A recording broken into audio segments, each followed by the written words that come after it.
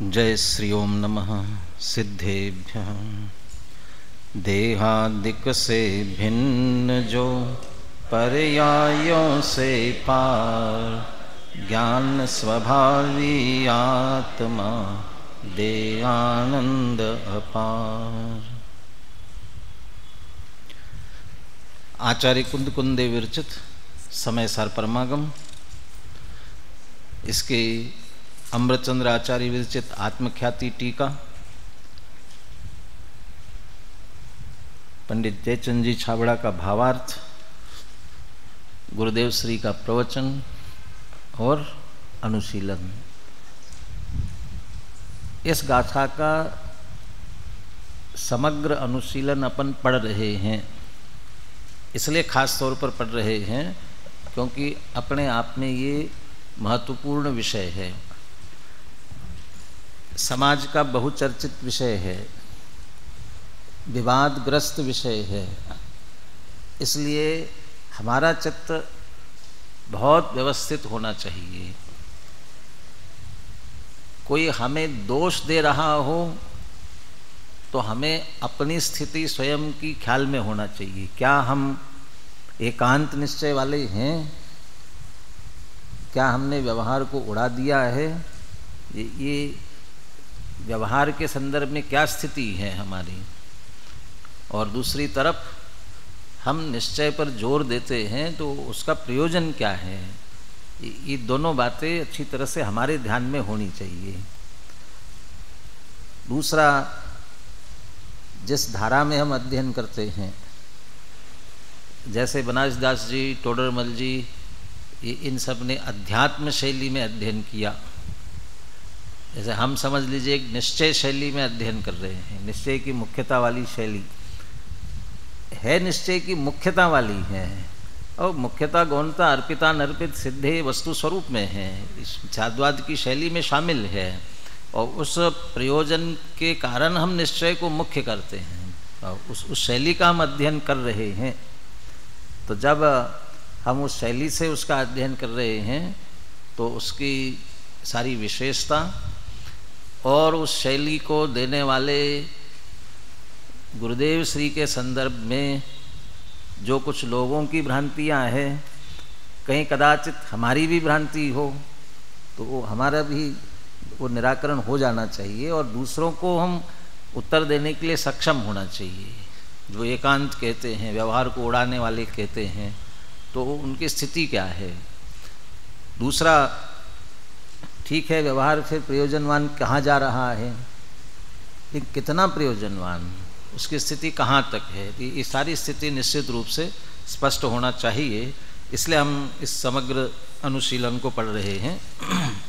अभी अंतिम प्रश्न है यहाँ पर, अंतिम ही है ना, और तो नहीं कोई आगे, बस अंतिम प्रश्न है, फिर चौथा कलश प्रारंभ हो जाएगा। 125 पेज पर परम भाव अपरम भाव का विभाजन 3 दृष्टियों से किया। प्रखर सुबह थे कक्षा में, हाँ, तब तो जरूर पूछना चाहिए तुम्हें, देखा इस विषय को? क्यों प्रखर बुद्धि के धनी हो इसलिए नहीं देखा होगा, हाँ? और अभी भी उड़ते उड़ते सुन रहे हो, हाँ? कल पूछूंगा तुमसे पहले, है ना? मैं नहीं पूछूं तो हाथ खड़ा करके कहना, मुझे बताना है किस प्रकार से परम भाव अपरम भाव का विभाजन किया हुआ है। अब मूल गाथा पर से पुनः ये प्रश्न खड़ा किया जा रहा है, शुद्धो शुद्धादेशो नादवो परम भाव दरिसी हैं और व्यवहार देसिदा पुण्य जेदु अपरमे ठिदा भावे। ये कैसे संभव है? ये प्राकृत गाथा पर प्रश्न खड़ा किया ना, अब उसको हिंदी में देखिए।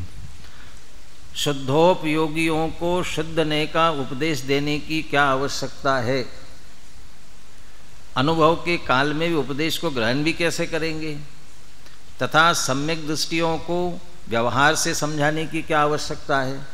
क्योंकि वस्तु तत्व को समझ कर ही सम्यक दृष्टि हुए हैं। क्योंकि परम भाव किनको कहा? जो शुद्धोपयोग में स्थित है वह परम भाव में स्थित है। अब शुद्धोपयोग में ही है, आत्मानुभव में है, अब उन्हें कह रहे कि वो शुद्ध नए प्रयोजनवान है। अब उन्हें शुद्ध नए से उपदिष्ट शब्द भी दिया, तो उन्हें कहाँ शुद्ध नए के उपदेश की आवश्यकता है। और दूसरी तरफ अपरम भाव, अब अपरम भाव में अमृतचंद्र आचार्य और जयसेन आचार्य भी चौथे गुणस्थान से आगे ले रहे हैं अपरम भाव, क्योंकि नए वही होता है सम्यक दर्शन के बाद, सम्यक ज्ञान के अंश होने से, इसलिए वह सम्यक दृष्टियों को पंचम गुणस्थानवर्ती, छठे गुणस्थानवर्ती, तो ये सभी ज्ञानी है, इन्हें आत्मा की प्राप्ति हो चुकी है। अब इनको फिर व्यवहार से समझाने की आवश्यकता कहाँ है इनके लिए। तो ये दोनों तरफ प्रश्न खड़ा किया है। आप कहते हो परम भाव में स्थित परम भावदर्शी अर्थात शुद्धोपयोग वालों को वो शुद्धादेश हो, वो शुद्ध नए का उपदेश है उनके लिए, और अपरम भाव वालों के लिए व्यवहार का उपदेश। लेकिन अपरम भाव वाले भी तो आपने चौथे गुणस्थान से पकड़े, तो जब वो सम्यक दृष्टि हो ही गए, अब फिर उनके लिए व्यवहार की कहाँ उपयोगिता। तो आप दोनों ही तरफ, न तो शुद्ध नए जिनके लिए कह रहे हो उनके लिए शुद्ध नए की आवश्यकता है, और व्यवहार नहीं जिनके लिए कह रहे उनको भी उसकी आवश्यकता नहीं है। तो दोनों ही बातें आपकी उचित नहीं लग रही है। अतः प्रश्न यह है कि शुद्धोपयोगियों को शुद्ध नए और सम्यक दृष्टियों को व्यवहार नए किस प्रकार प्रयोजनवान होंगे। उत्तर, यहाँ निश्चय व्यवहार के उपदेश देने की विवक्षा नहीं है। यद्यपि उपदिष्ट ऐसा कहा व्यवहार देशिता, लेकिन उन्हें उपदेश देना ये वास्तविक सीधी विवक्षा नहीं है। यहाँ तो यह बताया जा रहा है कि शुद्धि और अशुद्धि की कहाँ क्या क्या स्थिति रहती है, किस भूमिका में कितनी शुद्धता रहती है और कितना राग रहता है। यहाँ तो बस यही बताना अभिष्ट है। जिस भूमिका में जितना राग व्यवहार रहता है, उस भूमिका में वह राग व्यवहार उस काल जानने में आता हुआ प्रयोजनवान है। ये बात, इसको समझ लीजिए, ये तात्विक और तथ्यात्मक विषय है। इसको, इस तथ्यात्मक विषय को, उस तथ्य को बराबर समझना चाहिए। और इसका ही नाम है व्यवहार का उपदेश। उनके लिए व्यवहार कहा, व्यवहार प्रयोजनवान है, ये बात उसमें शामिल हो गई।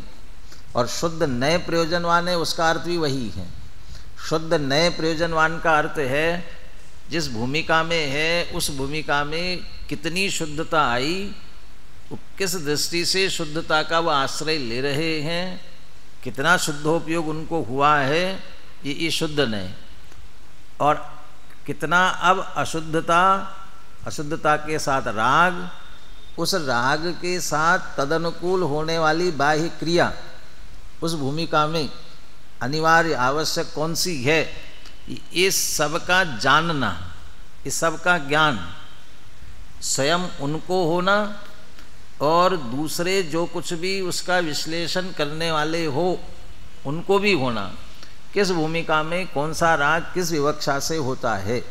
यदि राग है, अशुद्धता है तो व्यवहार से कहा जाएगा, और शुद्धता है तो शुद्ध नए से कहा जाएगा। या राग व्यवहार होते हुए भी उनकी दृष्टि, उनका ध्येय, उनका श्रद्धेय क्या बन रहा है, तो ध्येय श्रद्धेय बन रहा है वो शुद्ध नए का विषय है।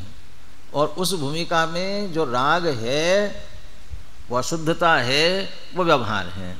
तो उस भूमिका में वह व्यवहार है। ये जो उस स्थिति में पहुंच रहे हैं उनको भी जानना जरूरी है, और जो उनका विश्लेषण कर रहे हो उनको भी जानना जरूरी है। यदि वह स्वयं इस बात को बराबर जानते होंगे तो उन्हें अपनी भूमिका का यथार्थ निर्णय है, तो उससे अगली भूमिका के लिए बराबर वो प्रयास करेंगे। ये तो अपनी भूमिका का उनको यथार्थ निर्णय नहीं है, और यदि यथार्थ निर्णय नहीं है तो उससे अधिक यदि वह चर्या का पालन करते हैं, उससे कठोर, उससे बहुत ऊपर की भूमिका की चर्या का पालन करते हैं, तो दो स्थितियां टोडरमल जी स्पष्ट कहते हैं तीव्र कषाय के बिना संभव नहीं है। और दूसरा, यदि वह अंगीकार कर भी लिया है तो वास्तव में वह पलना, सहज संभव नहीं है, बहुत प्रयास से जबरदस्ती ही पालना पड़ेगा। और कहीं न कहीं त्रुटि, अतिचार और यहाँ तक कि अनाचार, दोष लगे बिना नहीं रहेंगे, उस भूमिका के योग्य नहीं हैं। क्रिया रूप में कदाचित नहीं भी लगाएं, बहुत खींचतान करके उसको पालन करें, लेकिन भावों के रूप में, क्योंकि उस भूमिका के योग्य नहीं है वहाँ। दूसरा, उस भूमिका में जो अनुचित है, अब ऊपर की बात हुई, नीचे की बात, उस भूमिका में योग्य नहीं, उसकी निचली भूमिका में होता है, ऐसा कोई कार्य यदि वह करते हैं तो निश्चित रूप से उस भूमिका से गिरेंगे, उस शुद्धता से भी गिरेंगे। मुनिराज के लिए देव पूजा, अब पूजन में समझ लीजिए अभिषेक करना, आसद्रव्य से पूजन करना, ये मुनिराज के लिए संभव नहीं है, मुनिराज की भूमिका में नहीं है। न तो ऐसा राग आ सकता है, न ऐसी क्रिया हो सकती है।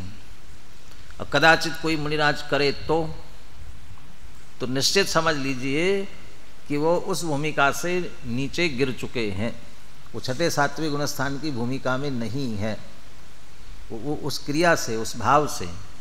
तो उन्हें ध्यान होना चाहिए और हमें भी ध्यान होना चाहिए। फिर ये मुनि दशा में है, ये मुनि दशा के योग्य है, ये हमें भी ज्ञान होना चाहिए। इसके लिए ये व्यवहार का जो ज्ञान करा रहे हैं, इसलिए गुरुदेव बार बार कहते यहाँ व्यवहार का ज्ञान कराया है। तो क्यों आवश्यक है व्यवहार का ज्ञान? आपके साथ कौन व्यक्ति कैसा व्यवहार कर रहा है, लौकिक दृष्टि से भी व्यक्ति क्यों ठगाया जाता है, क्यों ठगाया जाता है?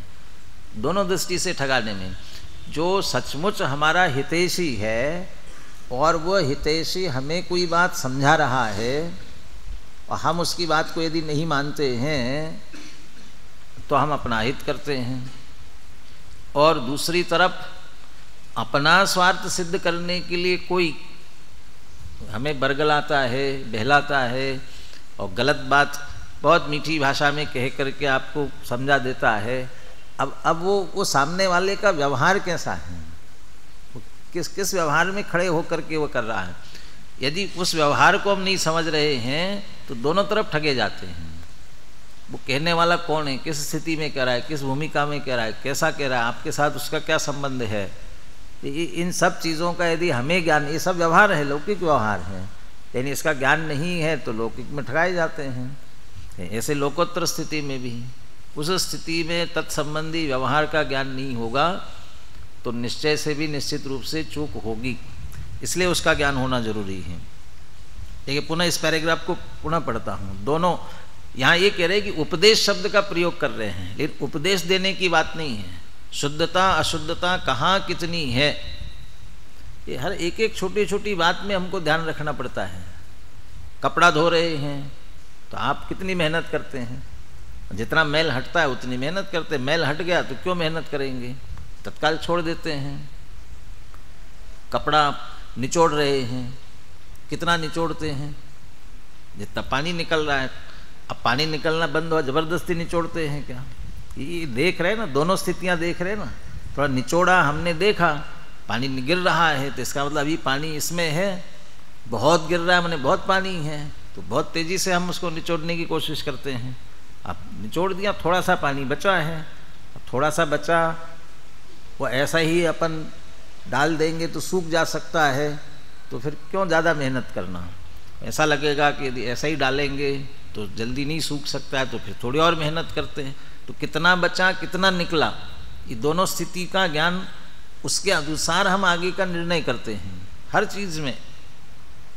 ये रोटी बनाने वाले रोटी बना रहे हैं, आप उसको सेकने के लिए डाला हुआ है, कितनी देर सेकना, यदि जल्दी निकाल लिया तो कच्चा रह सकता है, और ज़्यादा देर तक छोड़ दिया तो जल सकती है। तो दोनों स्थिति में कि कितना, तो अभी कितना सिका है कितना बाकी है, ये दोनों तरफ का ज्ञान।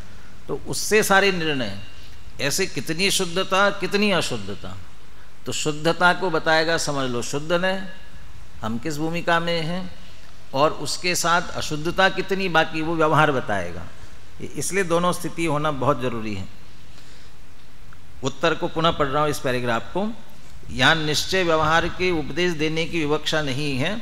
यहाँ तो यह बताया जा रहा है कि शुद्धि अशुद्धि की कहाँ क्या क्या स्थिति रहती है, किस भूमिका में कितनी शुद्धता रहती है और कितना राग रहता है। यहाँ तो बस यही बताना अभीष्ट है। जिस भूमिका में जितना राग व्यवहार रहता है, उस भूमिका में वह राग व्यवहार उस काल में जानने में आता हुआ प्रयोजनवान है। तो राग व्यवहार अशुद्धता कहाँ है? ये तो राग और व्यवहार की बात है, अशुद्धता है कि नहीं? राग ही तो अपने आप में अशुद्धता है, शुभोपयोग भी तो अशुद्धता ही है, इसलिए अशुद्धता है वह। इसी प्रकार जिस भूमिका में जितनी शुद्धि विद्यमान रहती है, वह भी मात्र जानने में आती हुई प्रयोजनवान है। ये आपके प्रतिमा वाले प्रकरण में पंचम गुणस्थानवर्ती श्रावक की 11 प्रतिमा, उसमें जो प्रतिमा अंगीकार करता है आगे आगे की, उसके लिए बहुत मार्मिक बात ये लिखी हुई है। वो ज्ञानी श्रावक किस आधार से निर्णय करता है, मुझे कौन सी प्रतिमा के योग्य क्रिया अंगीकार करना चाहिए, ये किस आधार से नक्की करता है? तो पहले तो पकड़ा उसे सम्यक दर्शन से कि सम्यक दर्शन हुआ, अंतरंग में शुद्धि हुई, आत्मा की रुचि हुई। वो आत्मा की रुचि पुनः पुनः आना, शुद्धोपयोग आत्मा की तरफ रुचि पुनः पुनः आना, उसकी स्थिरता बढ़ना, उस स्थिरता बढ़ने के साथ बाहर पांच इंद्रिय विषय भोगों की अरुचि होना, ये इससे सबसे जोड़ता हुआ अब कितनी अरुचि हुई, किस भूमिका की जिस जिस प्रकार के परिणामों की मुझे अरुचि हो रही है, जिनकी तरफ मेरा परिणाम नहीं जा रहा है, ये कौन सी भूमिका में है, तो उस भूमिका के योग्य अपनी प्रतिमा निश्चित करता है। अब जिस प्रतिमा में पहुंचा है, अब उससे दोनों तरफ देखता है, उससे और ऊंची जो परिणाम है, और उस प्रतिमा में जिन बातों को निषिद्ध कहा है, वो भाव अभी मेरे परिणाम में आ रहे हैं क्या? यदि अभी आ रहे हैं तो वो ऊंची भूमिका लेना मुझे योग्य नहीं है, उचित नहीं है। यदि उसके परिणाम नहीं आ रहे हैं और उसको भी बराबर भूत भविष्य सबका बराबर विचार करते हुए, अभी तत्कालिक परिस्थिति से नहीं, वर्तमान परिस्थिति से नहीं, इन सबको जांचते हुए अपने आप को बराबर वह आत्मनिरीक्षण, परिणाम, क्रिया, यहाँ तक भी कहा जाए कि शरीर की स्थिति, मेरी शरीर की सामर्थ्य कितनी है, मैं इस व्रत को अंगीकार करूँगा तो मुझसे संभलेगा कि नहीं संभलेगा, ये इन सारी बातों का बहुत बारीकी से निरीक्षण करते हुए निर्णय करता है। तो ये सारा व्यवहार है, व्यवहार के आधार से वो निर्णय करता हुआ चल रहा है आगे, इसलिए कहा व्यवहार वहाँ पर प्रयोजनवान है। देखिए, उक्त संदर्भ में आत्मख्याति में समागत निम्नांकित कथन विशेष ध्यान देने योग्य है। शुद्ध नया प्रतिज्ञायमान प्रयोजनवान, व्यवहार नयो परिज्ञायमान तदात्वे प्रयोजनवान। ये शुद्ध नय में और व्यवहार नय में एक शब्द अधिक आया है, तदात्वे, और उसका आशय क्या है, ये गुरुदेव के उद्धरण में खास करके इसकी चर्चा आएगी। शुद्ध नय जानने में आता हुआ प्रयोजनवान है और व्यवहार ने उस काल जानने में आता हुआ प्रयोजनवान है। उक्त कथन में शुद्ध नय को जानने में आता हुआ प्रयोजनवान कहा है और व्यवहार नय को उस काल जानने में आता हुआ प्रयोजनवान कहा है। इसमें ये उपदेश देने और ग्रहण करने की बात ही कहाँ आती है? उक्त दोनों नयों के विषय तो यथास्थान जाने हुए ही प्रयोजनवान है। ये तो उसका उत्तर दिया कि इनके उपदेश की कहाँ जरूरत है, तो कह रहे वास्तव में उपदेश की बात ही नहीं है, उपदेश तो दूसरों के लिए होता है और ये नए दूसरों के लिए हो ऐसा नहीं है, ये स्वयं के लिए भी तो है। स्वयं अपना निर्णय करे, स्वयं अपना मोक्ष मार्ग प्रशस्त करे, तो हम भी प्रमाण नयों का उपयोग करेंगे अपने आप में, तो अकेले दूसरों के लिए नहीं है, जानने के लिए है। इसलिए जानो, और जहाँ जो जानने योग्य है वो प्रयोजनवान कहा जाएगा। अब इसको स्वामी जी क्या स्पष्ट करते देखिए। जो शुद्ध नय तक पहुंचकर श्रद्धावान हुए हैं तथा पूर्ण ज्ञान चारित्रवान हो गए हैं, उन्हें तो शुद्ध आत्मा का उपदेश करने वाला शुद्ध नय जानने योग्य है। देखो, शुद्ध नय का आश्रय, शुद्ध नय का आश्रय माने क्या? शुद्ध नय के विषय का आश्रय, ये तो समकीति को होता है, यहाँ तो शुद्ध नय पूर्ण हो गया, यहाँ माने केवल ज्ञान होने पर उसका आश्रय करने को अब रहा नहीं, इस अपेक्षा से यहाँ बात की है। ये तो कहते परम भाव वालों को तो शुद्ध नय आश्रय करने योग्य कह रहे हैं, लेकिन आश्रय शब्द का प्रयोग नहीं है, जानने योग्य शब्द का प्रयोग कर रहे हैं, इसलिए कह रहे जानना शब्द का प्रयोग है, आश्रय की बात नहीं है। यहाँ इस अपेक्षा से उसका आश्रय करने को अब रहा नहीं। जब पूर्णता ही होगी तो किसका आश्रय करेंगे, नए का आश्रय नहीं रहता है। अरे यहाँ तक कि वो शुद्ध आत्मा का आश्रय तो करना पड़ेगा ना, तो करना नहीं पड़ेगा, अब सहज हो गया है।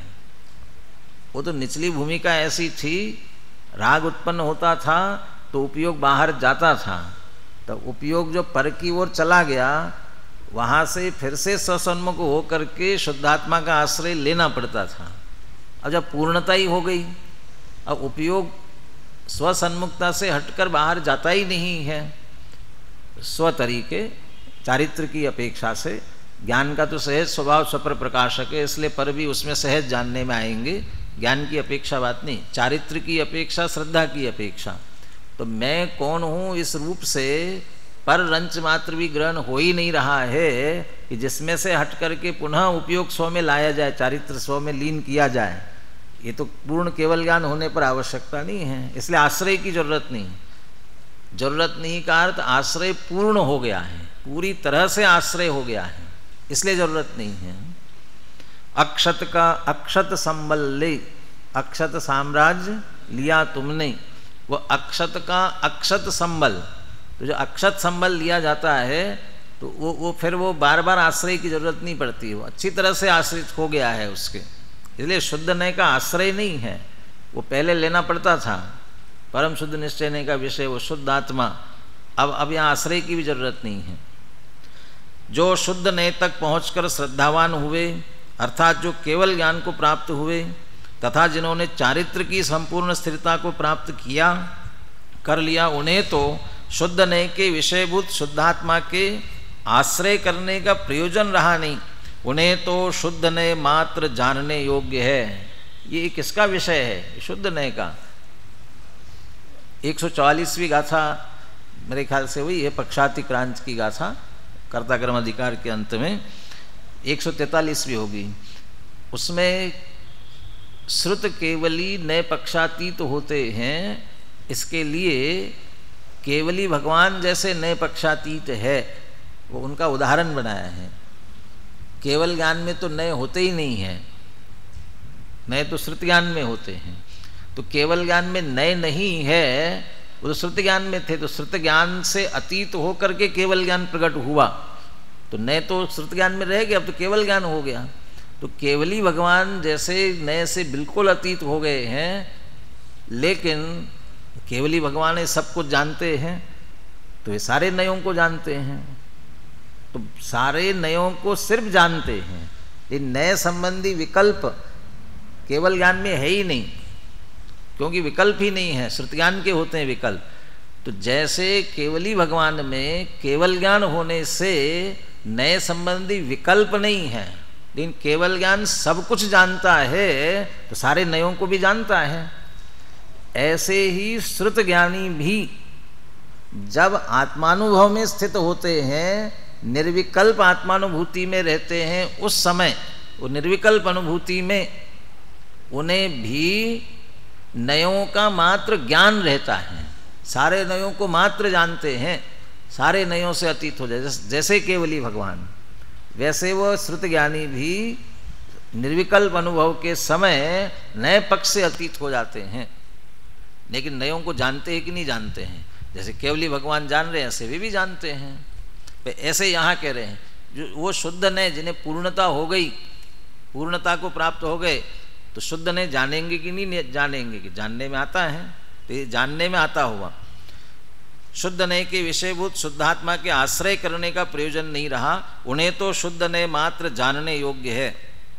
अर्थात इसका फल जो कृतकृत्यपन आया, उसका केवल ज्ञान में ज्ञान हुआ, पूर्ण निर्विकल्प दशा जिसे हो गई वह उसे मात्र जानता है। अधूरी दशा में होने वाला राग उसे नहीं है, इसलिए व्यवहार भी उसके नहीं रहता। ये पूर्णता वालों की बात है। अब व्यवहार किनके लिए? जो जीव अपरम भाव में स्थित है, अर्थात श्रद्धा ज्ञान चारित्र के पूर्ण भाव को नहीं पहुंच सके हैं, साधक अवस्था में ही स्थित है, उन्हें व्यवहार द्वारा भी उपदेश करने योग्य है। अब इसका तात्पर्य क्या? सम्यक दर्शन हुआ है किंतु सम्यक ज्ञान चारित्र पूर्ण नहीं हुए, सर्वज्ञता की प्रतीति हुई है। प्रतीति हुई का मतलब मैं सर्वज्ञ स्वभावी हूँ, ये श्रद्धान में आया, दृढ़ श्रद्धान में, इसी सम्यक दर्शन हुआ है, किंतु सर्वज्ञ पद प्रकट नहीं हुआ। ऐसी साधक दशा में जो स्थित है वे व्यवहार देशिता, अर्थात व्यवहार द्वारा उपदेश करने योग्य है। जो मूल शब्द है उसको तो वैसे ही रखा, लेकिन भाव क्या लेना उसका? शब्द तो व्यवहार देशिता है, किंतु इसका वाचार तो यह है कि उस काल में जो कुछ व्यवहार है वह जानने योग्य है। प्रति समय साधक को शुद्धता बढ़ती जाती है, अशुद्धता घटती है। जिस समय जितनी जितनी शुद्धता अशुद्धता वह मात्र जानने के लिए प्रयोजनवान है, इसलिए जानने के लिए प्रयोजनवान, तो जानने में आता हुआ। और गुरुदेव के वे शब्द है, जाने लो प्रयोजनवान। इसलिए बहुत बार ऐसे शब्द आपको सुनने में आएंगे उनके। इस पर आपका ध्यान गया कि नहीं गया? शुद्ध नए में तदात्व्य आया नहीं और व्यवहार में तदात्व्य आया। कहाँ आया, कैसे आया? ये अभी गुरुदेव का उद्धरण था। अब इस पर जो अनुशीलन दिया उस पर इस बात की तरफ ध्यान दिला रहे हैं आपका कि उस काल ये शब्द का प्रयोग क्यों किया गया। शुद्ध ने जाना हुआ प्रयोजनवान है और व्यवहार ने उस काल जाना हुआ प्रयोजनवान है। शुद्ध ने का विषयभूत आत्मा तो सदा ही जानने योग्य है, पर वह परम भाव को प्राप्त पुरुषों को ही जानने में आता है। व्यवहार ने के विषयभूत अनुव्रत, महाव्रत आदि एवं भक्ति, स्वाध्याय आदि के शुभ भाव भूमिका अनुसार जिस जिस समय जो जो आते हैं वे सब उस समय जाने हुए प्रयोजनवान है। गृहस्थों के अनुव्रत होते, महाव्रत नहीं होते, और मुनियों के महाव्रत होते हैं, अनुव्रत नहीं होते। और जब अरहंत होते हैं तो न अनुव्रत होते हैं न महाव्रत होते हैं। ये जिस जिस भूमिका में है, तो जिस भूमिका में जो है उस भूमिका में व्यवहार कहे जाएंगे, होते हैं, होने ही चाहिए, होते ही है, उसी काल, उसके आगे पीछे नहीं। और शुद्ध ने कैसा है? शुद्ध ने तो सदैव ग्रहण करने योग्य है। वे जो निचली भूमिका में हैं उनका भी ध्येय श्रद्धेय वो शुद्ध ने ही है, इसलिए उसके लिए तदात्व्य नहीं कहेंगे। वो तो एक तरह से सदैव प्रयोजनवान जैसा है, और व्यवहार के जो जो भाव जहाँ जहाँ है वहीं वहीं प्रयोजनवान है। अभी आप यहाँ स्वाध्याय में बैठे हैं तो आपके लिए भक्ति प्रयोजनवान है कि नहीं है? पूजा प्रयोजनवान है कि नहीं है? ये नहीं है। इस समय स्वाध्याय के समय स्वाध्याय ही होना चाहिए। देख कभी कभी स्वाध्याय में ज़्यादा गा करके भक्ति और वो सुनाने लग जाए तो वो भी उचित नहीं है। वो भक्ति का कार्यक्रम अलग है, वो उसमें भक्ति में, और भक्ति में यदि आप बैठे हुए हैं भगवान के सामने भक्ति करने के लिए और वहाँ कोई प्रवचन करने लग जाए लंबा लंबा, एक आध दो वाक्य में कुछ समझा दिया बता दिया तो ठीक है, उचित है, लेकिन वहाँ लंबा प्रवचन होने लग गया तो वो प्रयोजनवान नहीं है। उस समय जिनेंद्र भगवान की भक्ति प्रयोजनवान है। कभी ये दादा से सुना होगा आपने, ये अब तो बहुत कम हो गए, पहले भक्ति के कार्यक्रम जैसे रात रात भर होते थे, पूरी रात जागरण हो करके, तो उसमें मानो भगवान विराजमान है और उनके सामने भक्ति हो रही है। वो भक्ति के, भगवान की भक्ति वाले भजन जब तक गाए जा रहे हैं तब तक तो ठीक, लेकिन उसके बाद यदि उपदेश वाले भजन गाए जा रहे, प्रेरणा वाले भजन गाए जा रहे हैं, हम तो संसार में घूम रहे हैं, हम दुखी हो रहे हैं, हमें संसार में नहीं भ्रमण करना चाहिए, यदि वो उपदेश वाले भजन शुरू हो गए, कहते थे पर्दा डाल देते थे भगवान के सामने, और फिर गाओ, फिर उपदेश वाले भजन गाते रहो। तो भगवान को उपदेश थोड़ी देना है।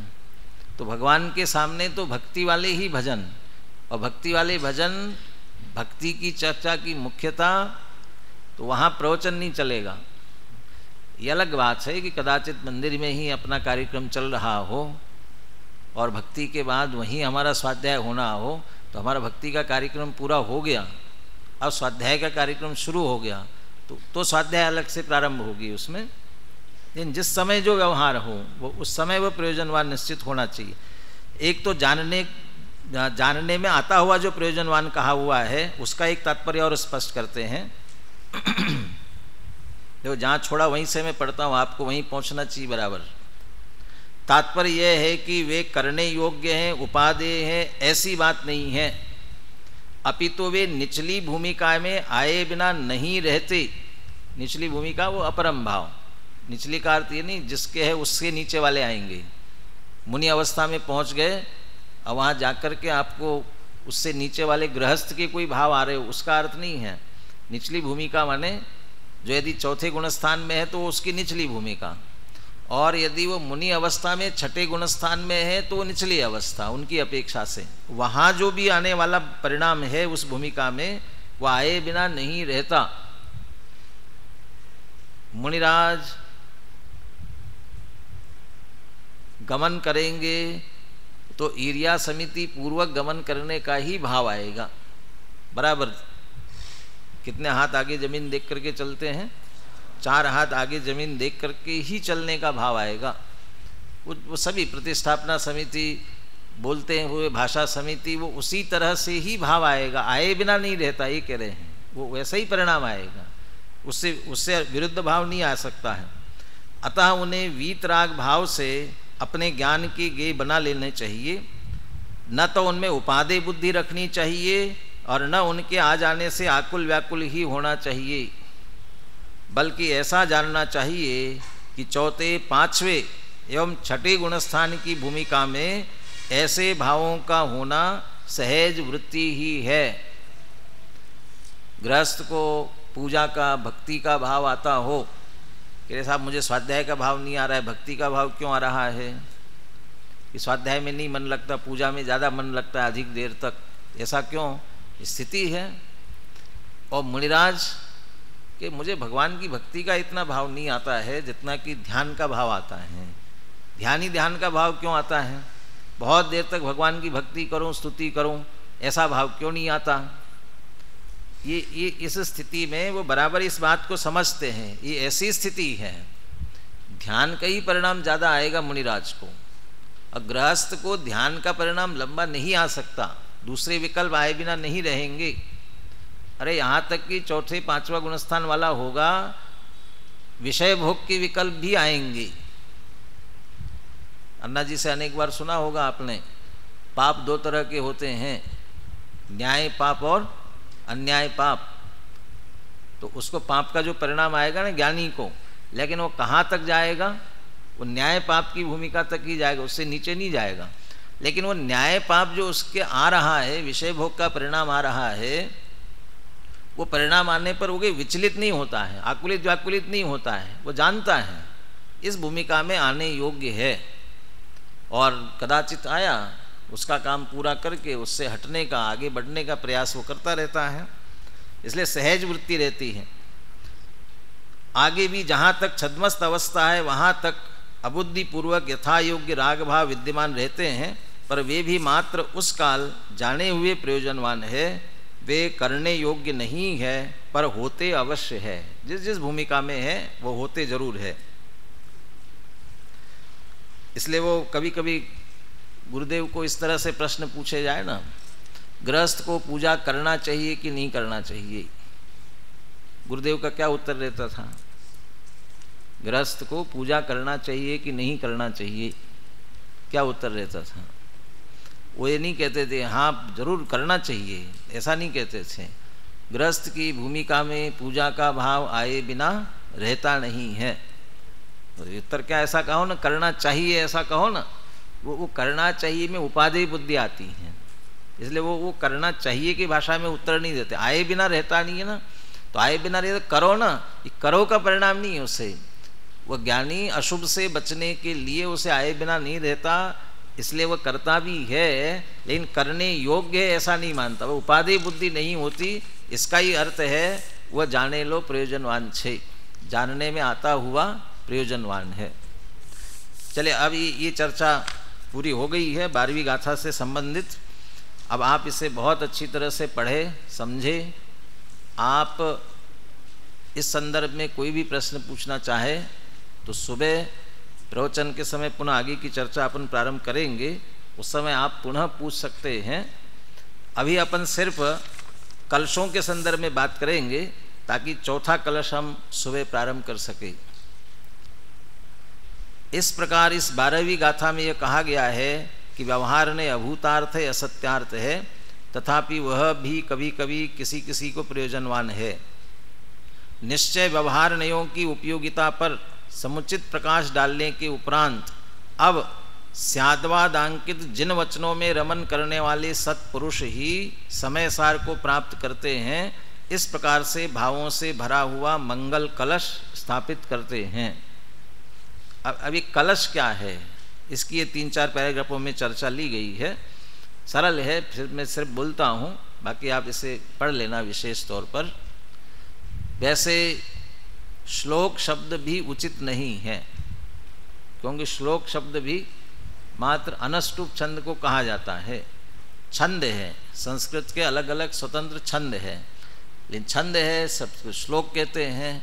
लेकिन समय सार की ये जो छंद है, पद्य है, उन पद्यों को यहाँ विशिष्ट नाम दिया गया कलश। और ये कितने हैं? ये 278 कलश है। काव्य या जो रचनाएं होती है वो 3 प्रकार की कही जाती है, गद्य, पद्य और तीसरा क्या होता है? चंपू। चंपू माने हाँ, जिसमें न गद्य है न पद्य है। नहीं, गद्य पद्य नहीं, गद्य भी और पद्य भी है, दोनों गद्य पद्यात्मक। तो आत्मख्याति जो ये टीका लिखी है, ये गद्य है, पद्य है, कैसी है? तो ये चंपू काव्य जैसी है, क्योंकि इसमें गद्य भी है और पद्य भी है। तो ये जो इसके कलश है पद्य में, ये आत्मख्याति टीका के अंश है, ऐसे नहीं, अलग से नहीं है, ये कहीं के उद्धृत नहीं है। स्वयं अमृतचंद्र आचार्य ने उसी विषय से संबंधित कलश लिखे हुए हैं। जो विषय पूरा हुआ उस विषय को और स्पष्ट करने के लिए यहाँ इन शब्दों का प्रयोग तो नहीं किया हुआ है, लेकिन दादा के प्रवचनों में निश्चित सुना होगा। अमृतचंद्र आचार्य लिखते लिखते जब एक तो है तर्क बुद्धि और एक है हृदय न भावना पक्ष, तो जब तर्क बुद्धि पक्ष प्रबल होता था तो गद्य में लिखते जाते थे। तर्क वितर्क प्रश्न उत्तर न्याय हेतु ये सब गद्यात्मक चलता था। और जब भावना प्रबल होती थी, हृदय पक्ष हावी होता था, तो फिर सहज पद्य आ जाता था, काव्य लिखे जाते थे।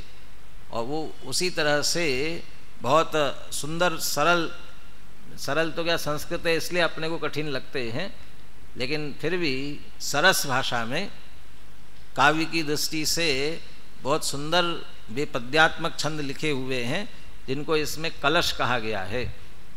और एक बहुत अलंकारिक भाषा का प्रयोग किया, जैसे पूरी आत्मख्याति टीका स्वर्ण के हार के समान है, जैसे स्वर्ण का हार बनाया गया हो और उसमें बीच बीच में जो कलश लगे हुए हैं मानो उसमें नग जड़े गए हों।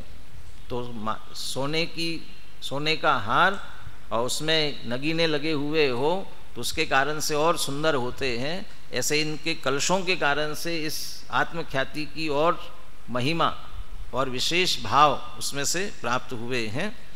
और कलश शब्द का जो प्रयोग किया जाता है, कुंद आचार्य ने समय सार रूपी मंदिर बनाया, अमृतचंद्र आचार्य ने आत्मख्याति गद्य टीका लिख करके शिखर, और फिर उस पर ये जो पद्य रूप कलश लिखे ये उस पर कलश चढ़ाया। माने जैसे मंदिर शिखर और उसके ऊपर कलश। और कलश कैसे होते हैं? सबसे ऊपर और ज़्यादा चमकदार होते हैं। ऐसे ही कलश भी जो है अत्यंत भावपूर्ण और सुंदर है। तीसरी विशेषता इसकी है, यद्यपि ये आत्मख्याति गद्य टीका के अंश है, लेकिन इन्हें भी स्वतंत्र रूप से भी लोगों ने लिया, उस पर स्वतंत्र टीकाएं लिखी, और इनको स्वतंत्र से भी अध्ययन किया जाए तो इनका भी एक अलग ग्रंथ जैसा बना भी और अलग रूप में भी काम में आया। 3 टीकाएं इस पर लिखी गई है। एक मूल संस्कृत में लिखी है शुभ चंद्राचार्य परम अध्यात्म तरंगिणी नाम की, माने अकेले कलश एकत्रित किए और उन कलशों पर फिर संस्कृत में टीका लिखी शुभ चंद्राचार्य की परम अध्यात्म तरंगिणी के नाम से। और अपनी ये पांडे राजमल जी की कलश टीका तो प्रसिद्ध है, ये कलश टीका का बराबर अपन उल्लेख करते, इसमें उद्धरण भी दिए हुए हैं। और इसके बाद एक और टीका लिखी गई है पंडित जगन मोहन लाल जी, ये अभी आधुनिक पंडित है जगन मोहन लाल जी कटनी वाले, इन्होंने अध्यात्म अमृत कलश के नाम से इस पर टीका लिखी। तो ये कलश अपने आप में कितने महत्वपूर्ण है कि उन पर स्वतंत्र टीकाएं लिखी गई। और ये नाटक समय सार जो है, हिंदी पद्यात्मक जो है, वो पूरा का पूरा कलश टीका को आधार बना, कलशों को आधार बना करके लिखा, कलश टीका को आधार बनाया, लेकिन है वो पद्य रूप कलशों को ही। इस तरह से उन कलशों में विशेष भाव है, इसलिए इन पर इतनी विशेष अलग से चर्चा हुई है। तो ऐसे वे कलश यहाँ पद्य के रूप में आत्मख्याति में आए हुए हैं। चूँकि वे 3 जो कलश पहले हुए वे तो मंगलाचरण और उससे संबंधित ही थे, अब विषय से संबंधित ये 4था कलश पहला आया है, इसलिए कलश के बारे में इतनी चर्चा इसमें की गई है। अब ये 4थे कलश की चर्चा अपन प्रातःकाल करेंगे।